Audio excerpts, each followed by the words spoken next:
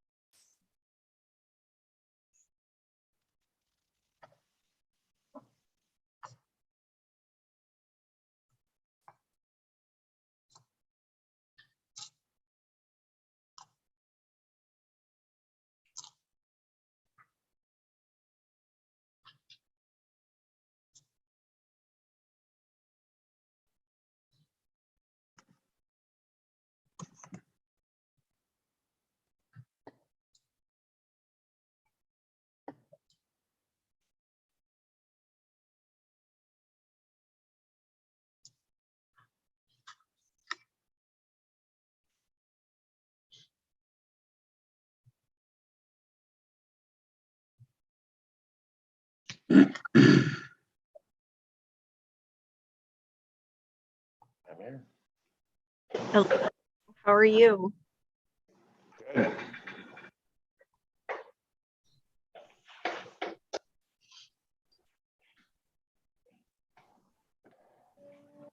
Lisa, it is 5:30 and we do have quorum. Good. Thank you very much, Sarah. I was sort of hoping that Carolina Mejia would show up. She'll probably be here shortly. I know she had a very busy day. I talked to her last night in her schedule. So we might as well just move on. So we have quite a few new members today and we don't all know each other. So I think, normally we start with introductions, but I think we really need to tonight because we are a new group and that's always exciting to me as a committee member because you get new ideas and new people and new vision come along. So this is excellent. I'm Lisa Parsley, Olympia City Council. I'm going to popcorn it around. So once you introduce yourself, pass it on to someone else. I'm going to go to Shannon Kelly Fong. Well, thank you. Good evening, everyone. I'm Shannon Kelly Fong, the Assistant City Manager for the City of Lacey, and I will pass it on to our council member, Councilmember Kunkel. Good evening, everyone. Ed Kunkel, City of Lacey, Council Member. Okay.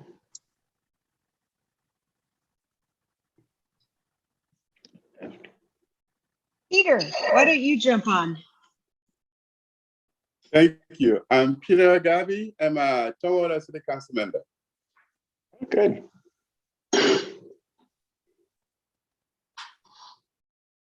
How about you, Dick? Carolina's just settling in, so we'll jump to her next. My name is Dick Blinn, and I'm the president of Thurston County Humane Society and a former public works director for Tumwater, Peter. So there you go.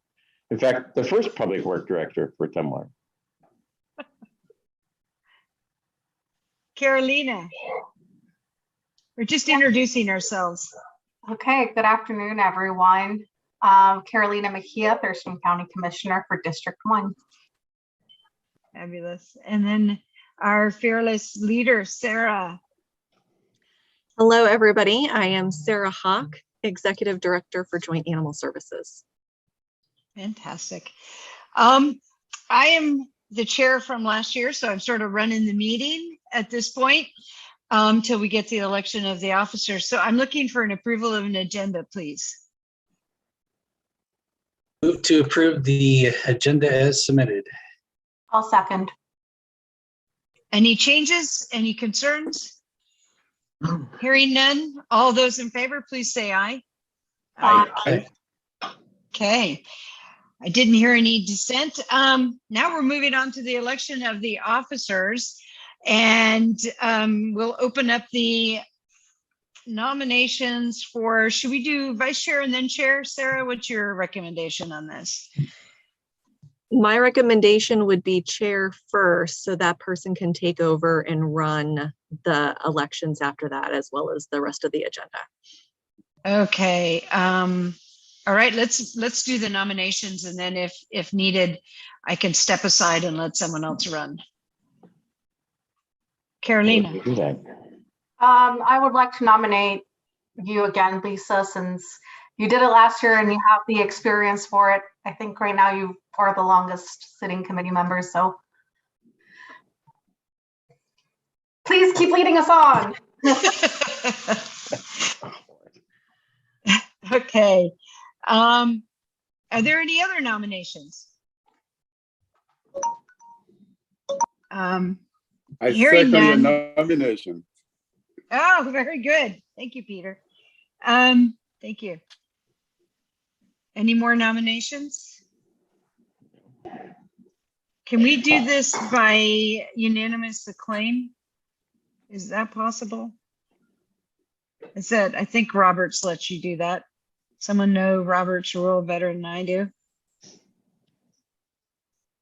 I would Are certainly there any move. other nominations? If not, Go ahead. then we can vote as a committee to accept you as the continuing chair. Good. Thank you, Ed. Agreed. Appreciate it. Okay, someone else want to run it? I can't. No. Ed, you spoke up. Why don't you run the election? Yeah, run it. What you mean? Take the vote. Yeah. So all in favor of Lisa partially being our chair for this committee, say aye. Aye. Aye. Is there anyone opposed? Hearing none, congratulations, Lisa. You are the re-elected chair of the JASCOM committee. Thank you, Ed. You're welcome. All right. Let's take nominations for vice chair. I personally have one. I would like to nominate Carolina Mejia as the vice chair. Thank you, Lisa. I'm willing to take it if no one else is interested. Someone else interested? How about you, Peter? Oh man, my hands are full. Your answer. Okay, so I accept, Lisa. Thank you. Okay, let's do this officially. Is there no more nominations? Then I would like to call the vote on the vice chair for Carolina Mejia, County Commissioner. All those in favor, please say aye. Aye. Aye. Okay, we got done with that. Nicely done, everybody. Congratulations, Carolina. Okay, the next agenda item is the consent agenda. It's okay. I would like to entertain a motion for the consent agenda, please. Move to approve the consent agenda as presented. I'll second.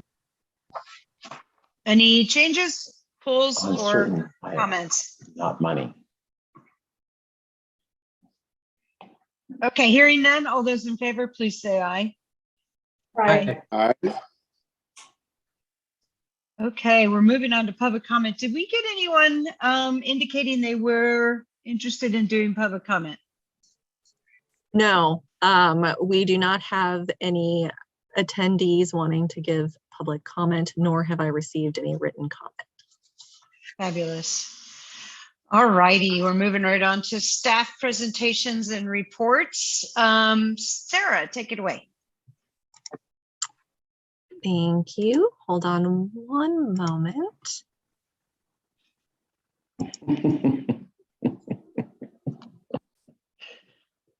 All right. So we are going to begin this year's meeting with a review of 2021. So our shelter intakes for 2021 do remain equivalent to 2020.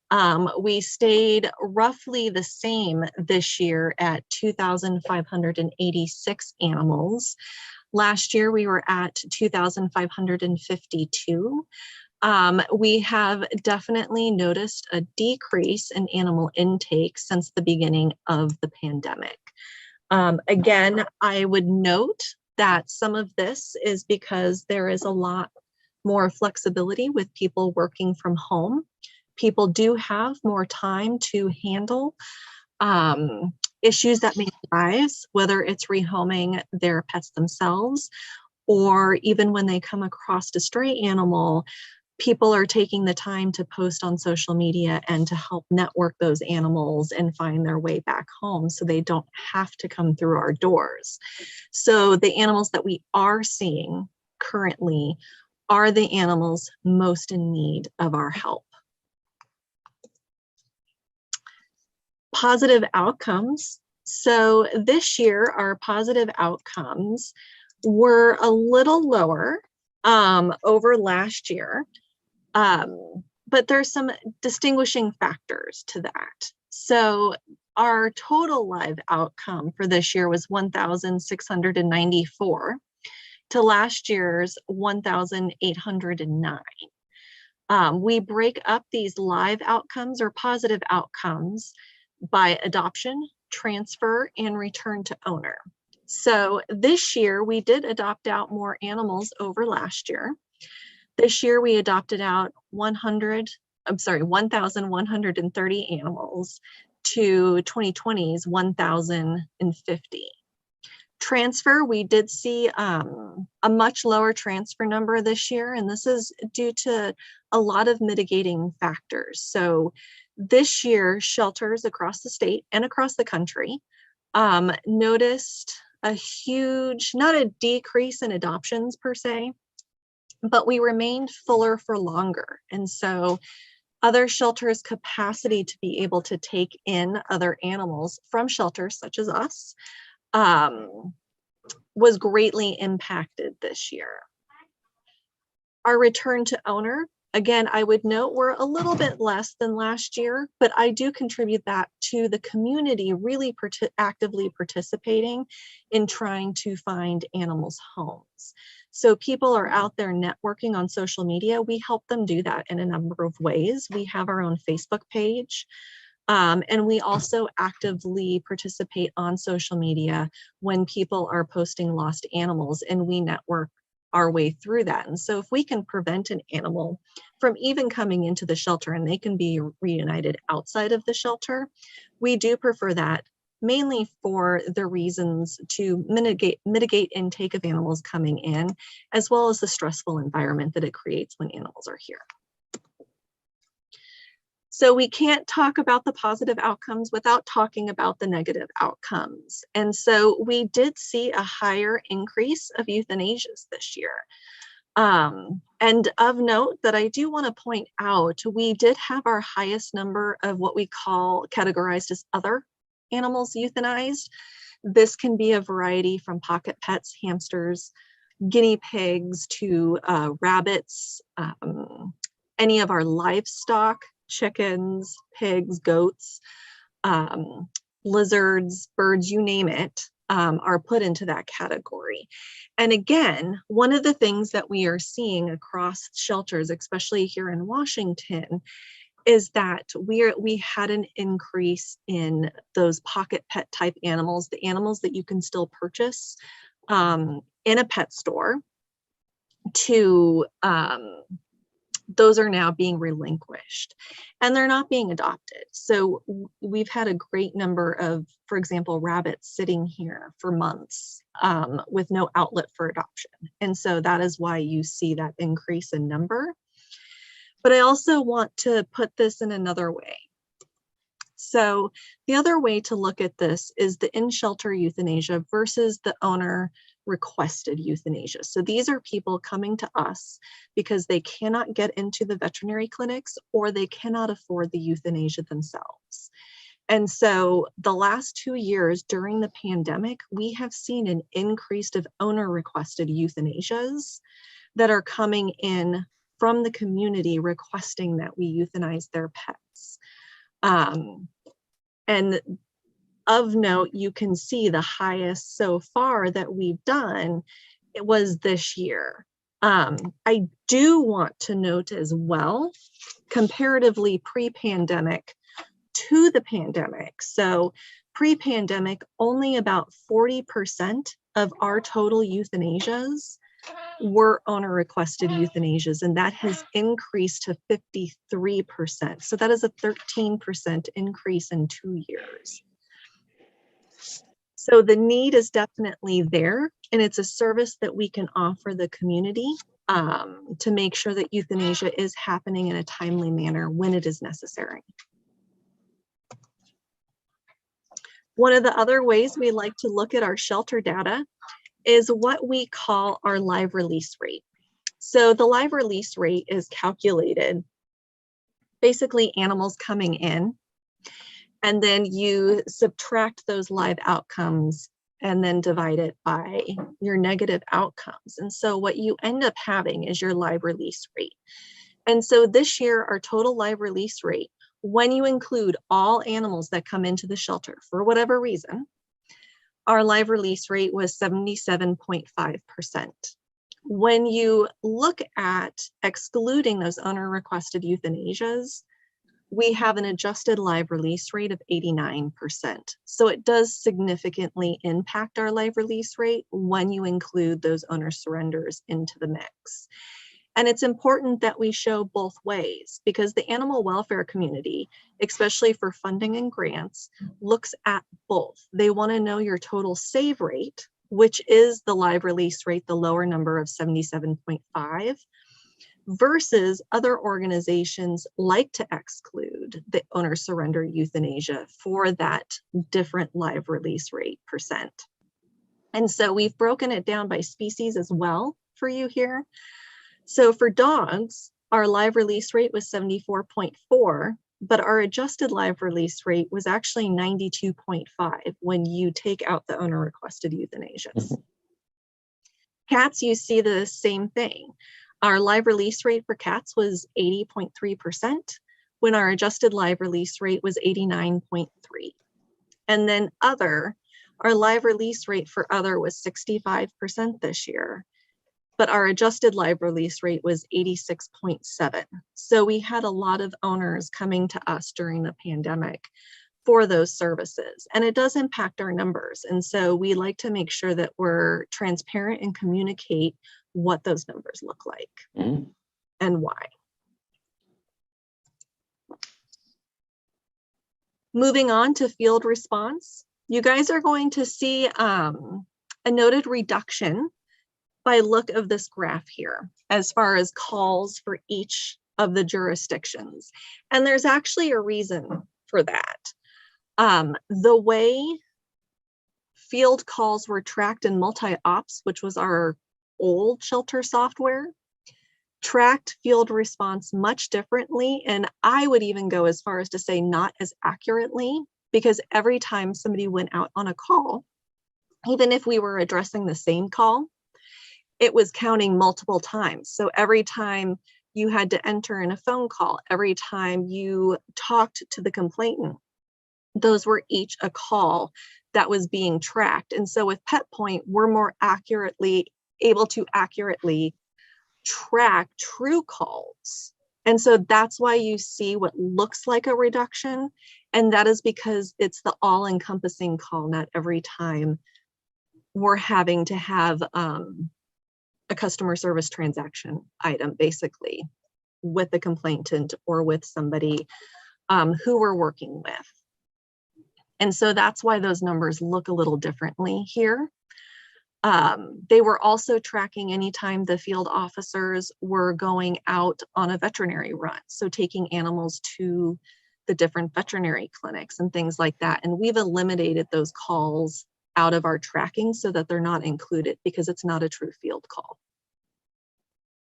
And so that's why you see the decrease this year.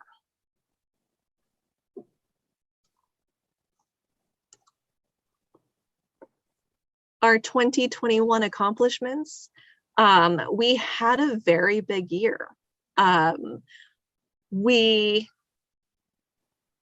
were able to pass our pet store ordinance adopted by the cities at the beginning of 2021.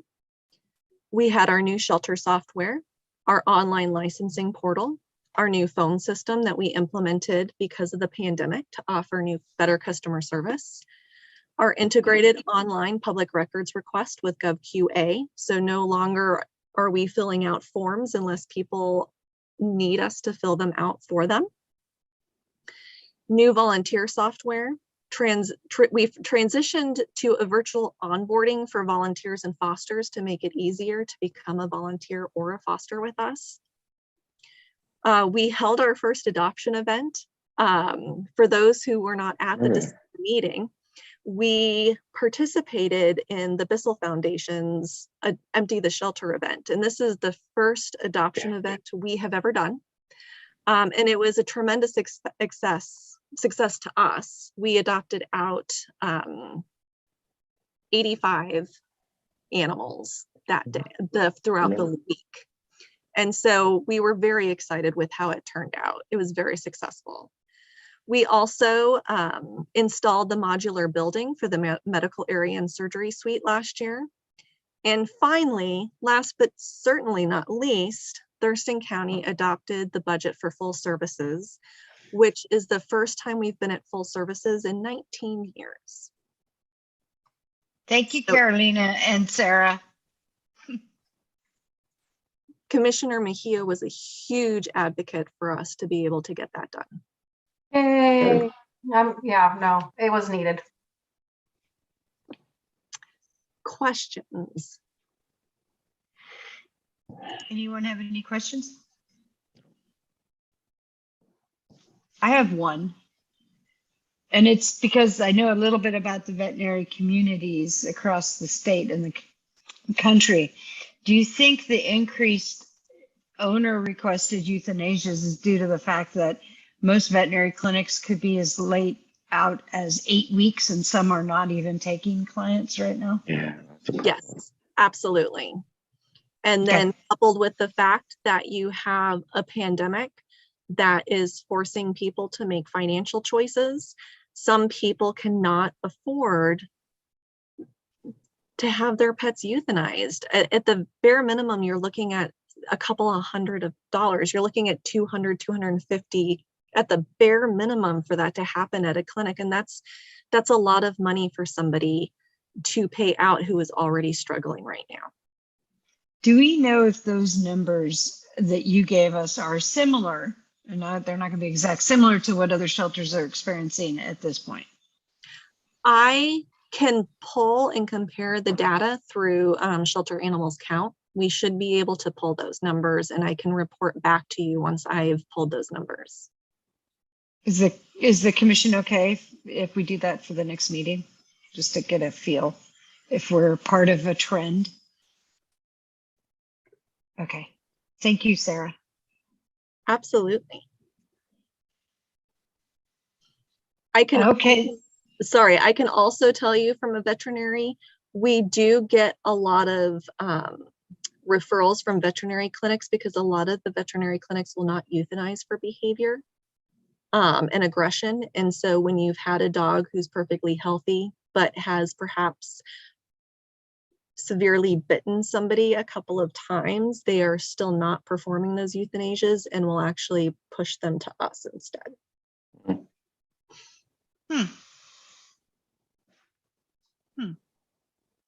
Makes me want to ask our state association about that.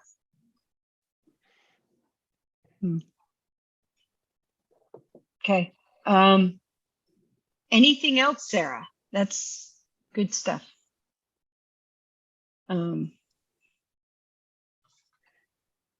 just making a note to write the Washington State Veterinary Medical Association about that, about how many veterinarians are not doing that and what's the rationale, just so, because what we don't want is the shelters to be taking the heat for that.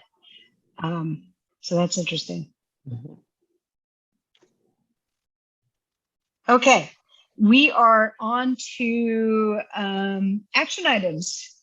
And did everybody get the I guess it is going to be one of the attachments that would listed out all of our meeting dates. Thank you, Sarah. You're anticipating.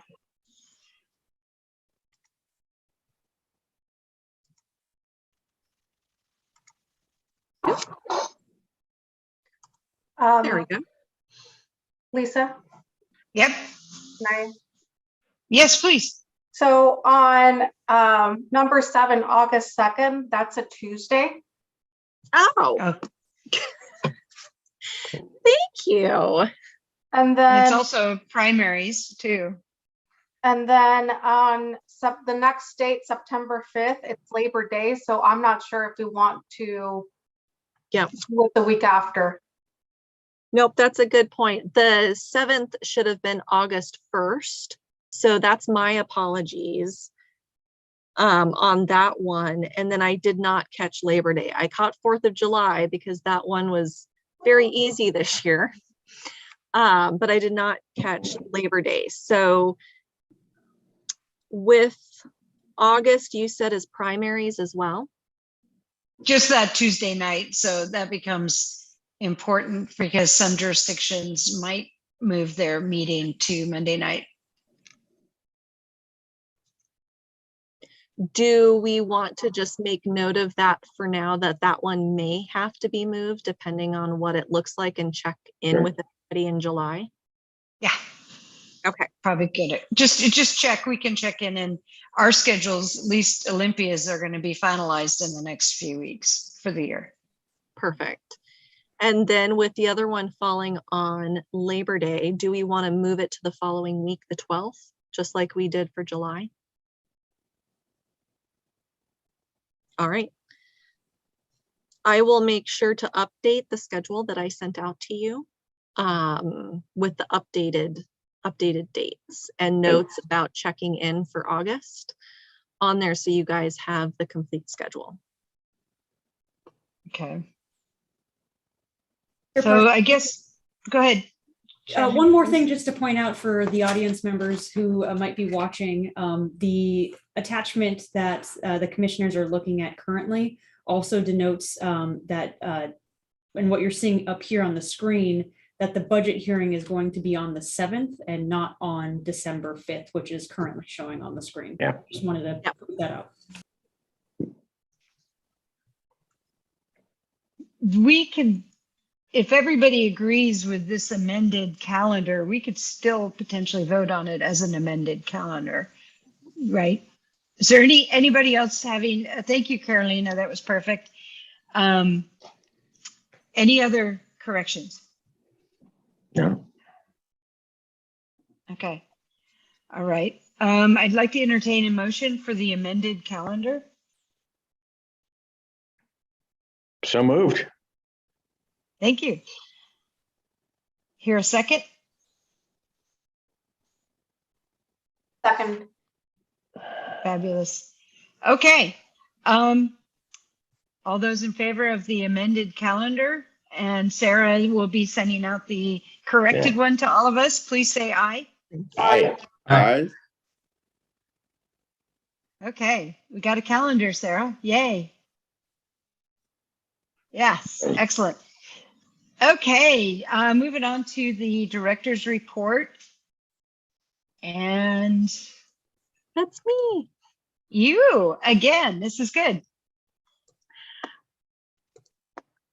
All right, so we're going to go over a few things that I did mention briefly in our director's report that I sent out in the board packet. And then we will also go over a review of the timeline for 2020 in regards to our strategic plan. So just to touch on it, you guys should have received a draft of the Bissell letter. If there are no edits to this letter, I can email it out. I do still need digital signatures from Dick as well as Councilmember Kunkel. So if you guys can get me a signature, it's super easy. You just need to take a picture of your signature and email it over to me, Oh, really? Okay. and I'll insert it into the document. What is this for? The Bissell letter was to thank Kathy Bissell as well as the Bissell Pet Foundation for sponsoring the Empty the Shelters event. They gave us a grant of a little over $5,000 to help us host the adoption event. I'll get it to you tomorrow. I can review it and sign it, but I don't want to send over a digital signature. I'm not comfortable with that. That's fine, Councilmember Kunkel. I have no problems with that. I just want to make sure that we get a great signature on there for them, since I can't get it together in person for us to do. Shannon. Councilmember Kunkel, if you also want to bring, we'll have a copy available when you come toward the facility on Thursday, and you can just sign it there, so we can get that signature on that letter as well. Okay, that'll work.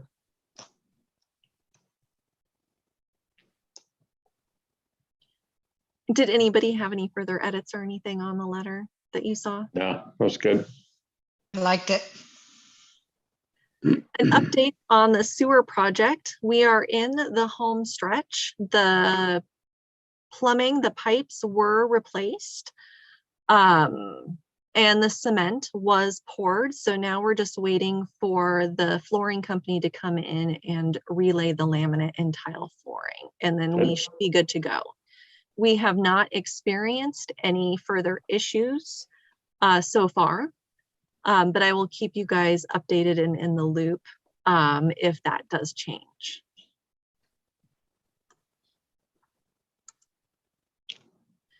Moving on, I did want to mention, if you guys, I know most of you were aware that there was lots of changes to law enforcement when SB 5051 went into effect this summer. And one of the changes that is noted is that the main one is that any trying to find the best way, if you are not holding a full commission with the agency that you are employed with, you can no longer hold a special commission. And so through the recommendation of our legal counsel, we did talk with Sheriff Snaza, and we both agreed that our animal control officers no longer being commissioned with the Sheriff's Department was the best option for both parties. So our animal control officers are no longer commissioned. This is standard across the state. Any officers that were not of origin with their agency that holds the commission are now decommissioned in Washington. So this did affect a number of agencies in that sense. However, what it does not affect is our ability to uphold humane laws in Washington.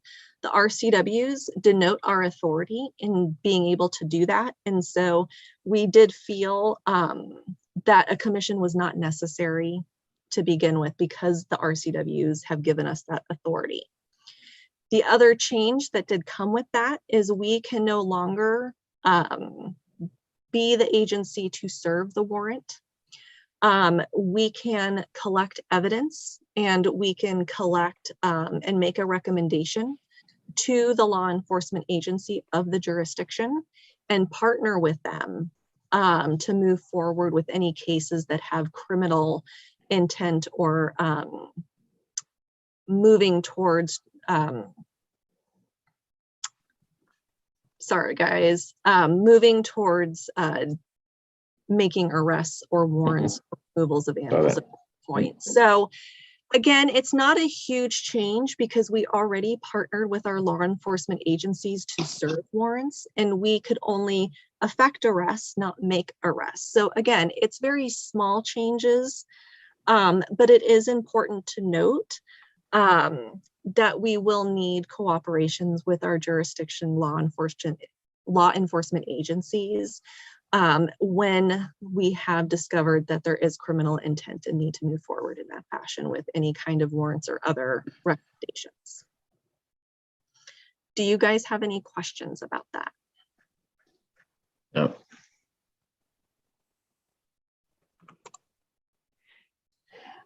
Moving on, I want to update you guys on our transition to full service. We are providing full services to unincorporated Thurston County as of January 1. There are some increases to service times to what we consider non-emergent priority calls. Anything that is still a public safety issue, or there is concerning safety issue to the animal or a person, those are being still served in a timely fashion. Those are our priority ones.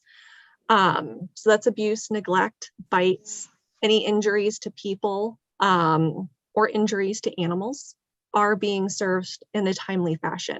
But some of the other priority 2s and 3s may have a longer call time on those to accommodate those response levels. Now, some of those priority calls are things like barking complaints. They're still being addressed. Those are initially handled a first time with a letter anyway. So the length and time is not, we're still meeting our 72-hour mandatory obligation, which is in our municipal codes. But we've just prioritized what our calls look like so that we're making sure to handle the higher priority calls first. We are in the middle of recruitment for those 2 officers to help fill those positions. And we have already increased our 0.75 position to a full-time position. We are recruiting for an additional front desk person, but that is because we actually promoted internally one of our customer service specialists, Katie, was promoted to one of the field officer positions. So we are in the middle of recruitment.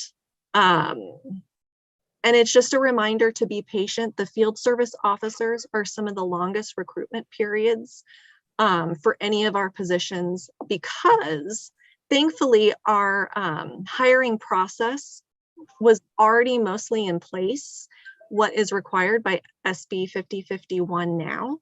But because of those, background check, medical check, there's a lie detector test, psychological evaluation, all of that criteria has to be met before the individual can be offered contingency of employment with us. So the process does take a little bit more time as far as recruitment and training and everything. So please be patient. I did send out a communication to all the jurisdictions, letting everybody know what those operational improvements when we're looking at in time frames. So jurisdictions should be aware.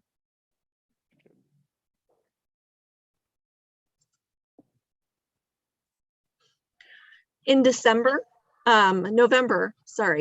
we talked about and finalized what recruitment will look like for the 2 empty spaces that we have positions for the commission. So our vacant positions are our veterinarian, as well as the nonprofit, which would come from a like-minded animal welfare agency. We will begin recruitment of that, and hopefully I will have some candidates for to recommend towards you to vote on coming in Q2.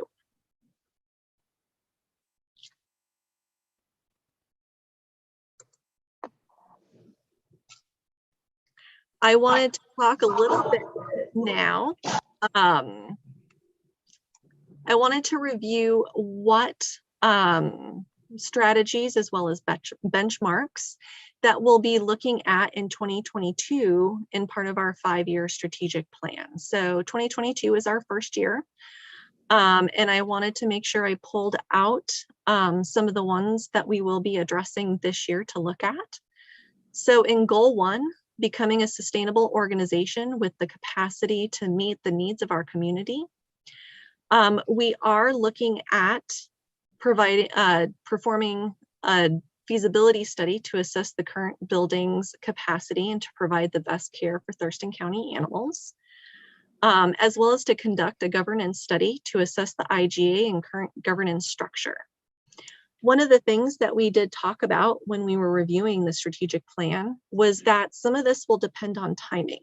So we are looking at possibly starting one or the other or both of these studies this year, but it really is going to depend on availability of the companies and the type of responses that we get with the RFPs. So while we have our goal set for 2022, 2023, part of the discussion was noting, for example, there is, for the feasibility study, architecture firms that specialize in animal shelters actually have a backlog right now between 6 months to a year. And so it's really going to depend on who responds to the RFP and what that timeline looks like. But I will make sure to keep into consideration, keep you guys informed as far as the process and what that looks like. And so it really will just depend on that availability as far as which one takes place first. And we could simultaneously, like I said, have both. It's just going to depend on the timing on those.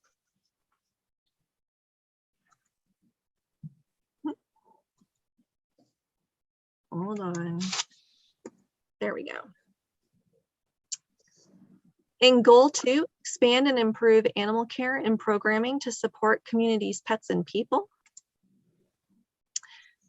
One of our strategies is to continue to implement and increase medical care for shelter animals. And one of our benchmarks for that is perform 10% of our spay-neuter surgeries on site in 2022. And we will be increasing that over the next 5 years by 5 to 10% year over year. And the second one is to create training and development opportunities for staff, focusing on our vulnerable animal populations, both within the shelter and the community. So there's 2 benchmarks this year that we will be looking at. The first one is we're really looking to establish baselines for behavioral outcomes in 2022. So what this means is prior to Pet Point, the changeover to Pet Point in 2021, we were not able to track our reasons for euthanasia, transferring, noting any kind of medical or behavioral changes in an animal.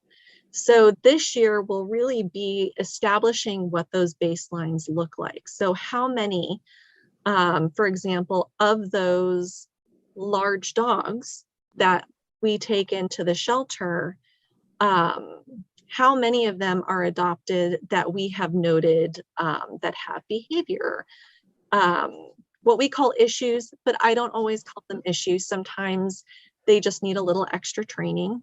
Sometimes there could be some larger ones. They could have some food resource guarding, toy resource guarding, etc.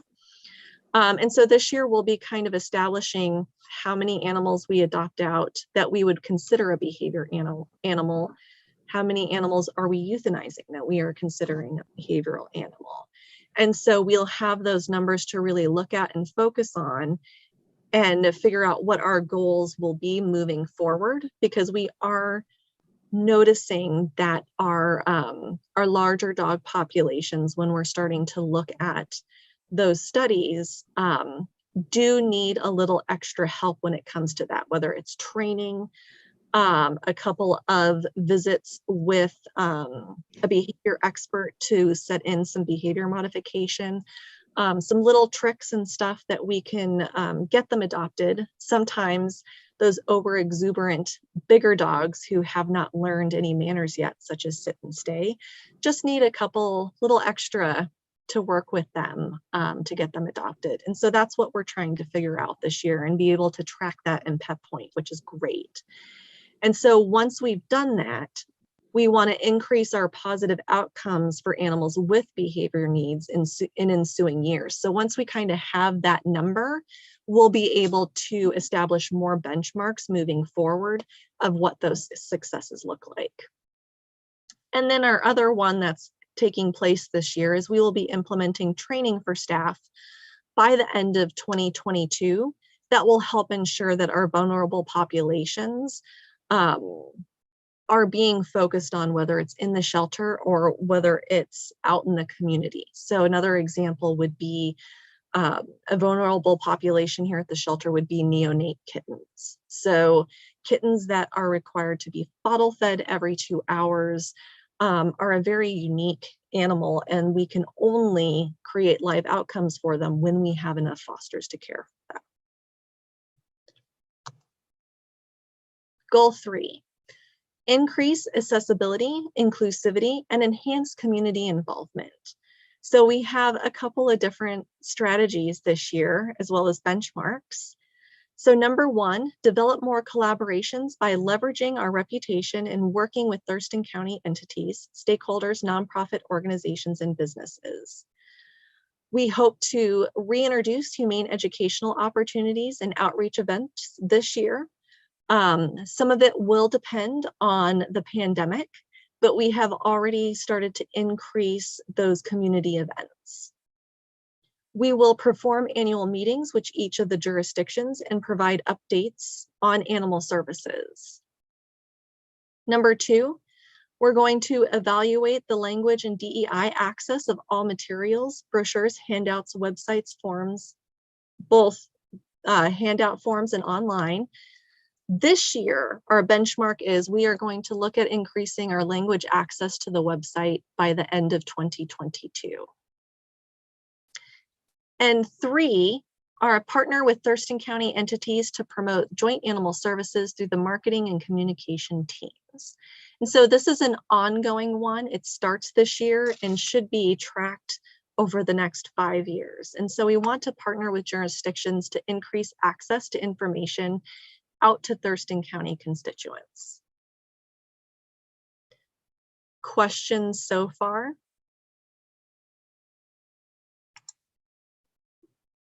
Okay.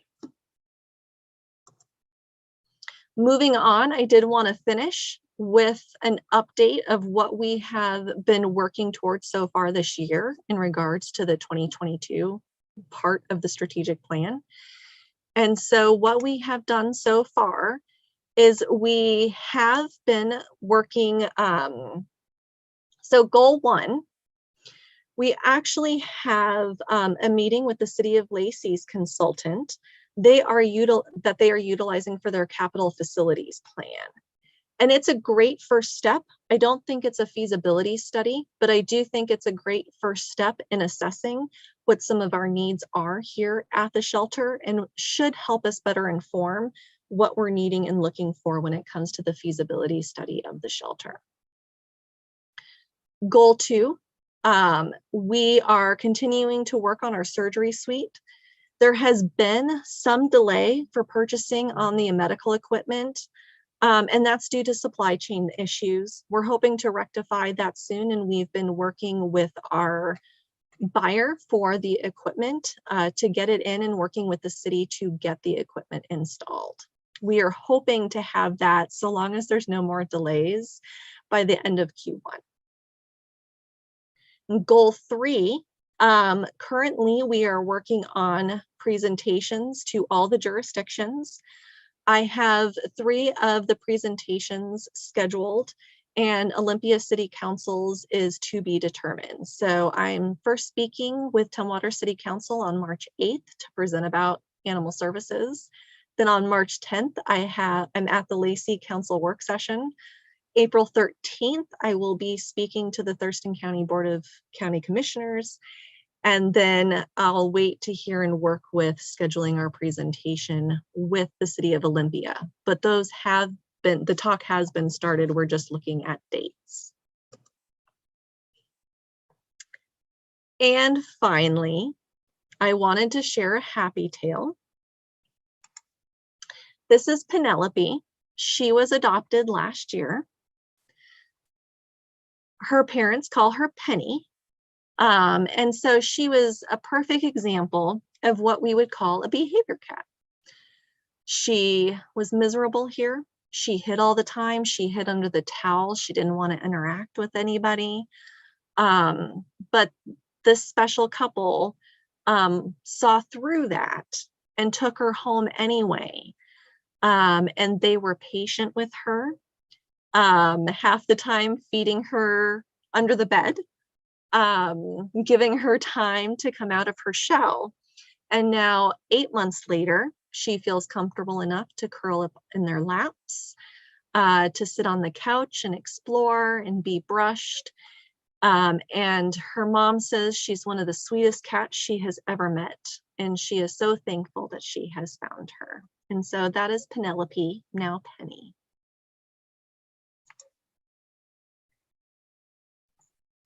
That's my favorite part, but I'm a sucker for animals.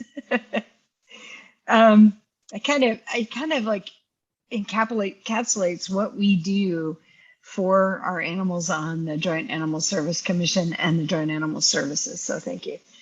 Is there any questions or comments? I just wanted to say, Sarah, I appreciate you bringing in the strategic plan in this.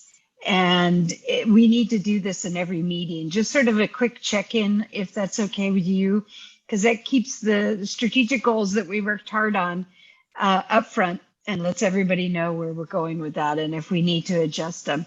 I'd also love to see during our budget, I know some of the things are recurring required items, salaries, so forth. But it'd be wonderful to see some of the budget also kind of aligning, how does this align with our strategic plan so that we can report that out to the community as part of our marketing, if that's possible. Absolutely. This is really good. Thank you. Anybody else for the good of the order? I think we are at that time of the meeting. Welcome aboard, Peter and Ed. I'm sorry, I'm pretty informal. If you would like your full titles, we can do that, but I kind of like being a little bit informal, if that's okay with everybody. Works for me. Good. Good for me too. Okay. Okay, good. Welcome aboard. I think the strategic plan and what this group is going to be doing, the animal services in the future, is going to be a lot of fun. So I think you picked a good committee and assignment, and it's fun to have you. And congratulations, Carolina, for vice chair. It's great. All right. Is there anything else for the good of the order? If not, let's go get dinner. Like that? Bye-bye. Have a good one.